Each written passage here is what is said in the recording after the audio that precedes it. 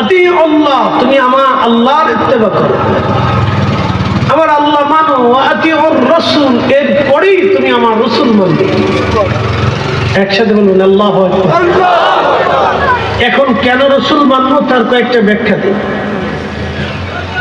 এক প্রতিবেদনে দেখলাম আমাদের ভারতের এক সাধু, তিনি 40 বছর ধরে গোসল করে না।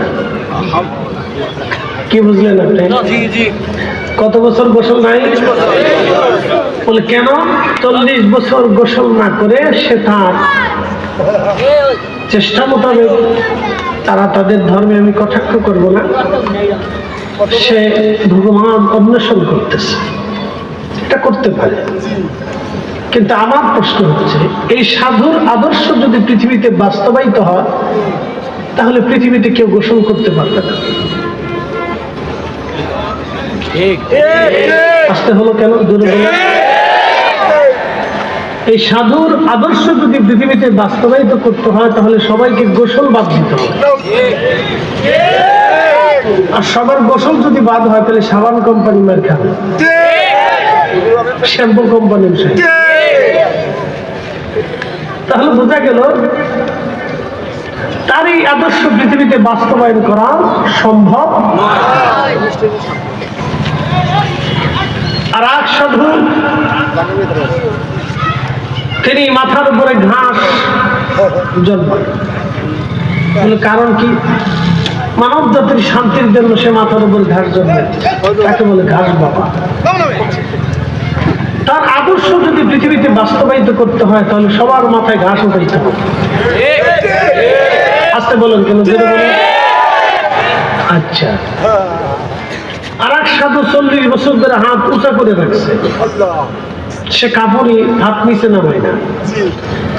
এখন তার আদর্শ যদি পৃথিবীতে বাস্তবায়িত করতে হয় তাহলে সবাইকে হাত উঁচা করেই থাকতে হবে, আর নিচা করা যাবে না।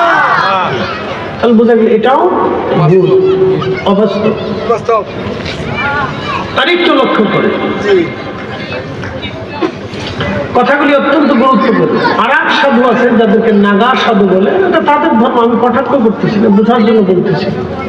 এখানে আমি জানি অনেক সনাতন ধর্মের অনুসারীরা আছেন, থাকতে পারেন, কষ্ট নিবেন না, আমি বোঝার জন্য বলতেছি। যেটা আপনার ধর্ম আপনার কাছে প্রিয়, এটা হতে পারে, যেমন আমার ধর্মটা আমার কাছে প্রিয়। তো আর এক সাধু আছে, তিনি সারা জীবনই লেনটা উলঙ্গ, সে কাপড় জন্ম। এখন আমরা যদি তার আদর্শ পৃথিবীতে বাস্তবায়িত করতে চাই তাহলে পৃথিবীর সবাইকে উলঙ্গ হতো, এটাও সম্ভব না। তাহলে বোঝা গেল সেও ভুলের মধ্যে আছে। তাহলে সারা পৃথিবীতে কার আদর্শ বাস্তবায়ন করলে মানুষ সুখে থাকে? প্রশ্ন আছে, কথা ঠিক কিনা? আমরা এমন একজনকে খুঁজি যিনি আমার গোসল থেকে, পানাহার থেকে, বিশ্রাম থেকে, ঘুম থেকে, বাথরুমে আসা যাওয়া থেকে, আপনার বিবাহ থেকে, সংসার থেকে, স্ত্রী থেকে, সন্তান থেকে, এতিম থেকে, শ্রমিক থেকে, দিনমজুর থেকে, দাস থেকে, কর্মচারী থেকে, মালিক থেকে, ইমাম থেকে, মুসল্লি থেকে, কমিটি থেকে, ব্যবসা থেকে, চাকরি থেকে, এমনকি বিদেশ যাত্রা থেকে, সফর থেকে, আপনার রাষ্ট্র পরিচালনা থেকে তিনি সবকিছু শিক্ষা দিয়ে গেছেন হাতে কলমে। তিনি অন্য কেউ না, তিনি আমার আপনার নবী রাহমাতুল লিল আলামিন। কথা বলেন ঠিক না?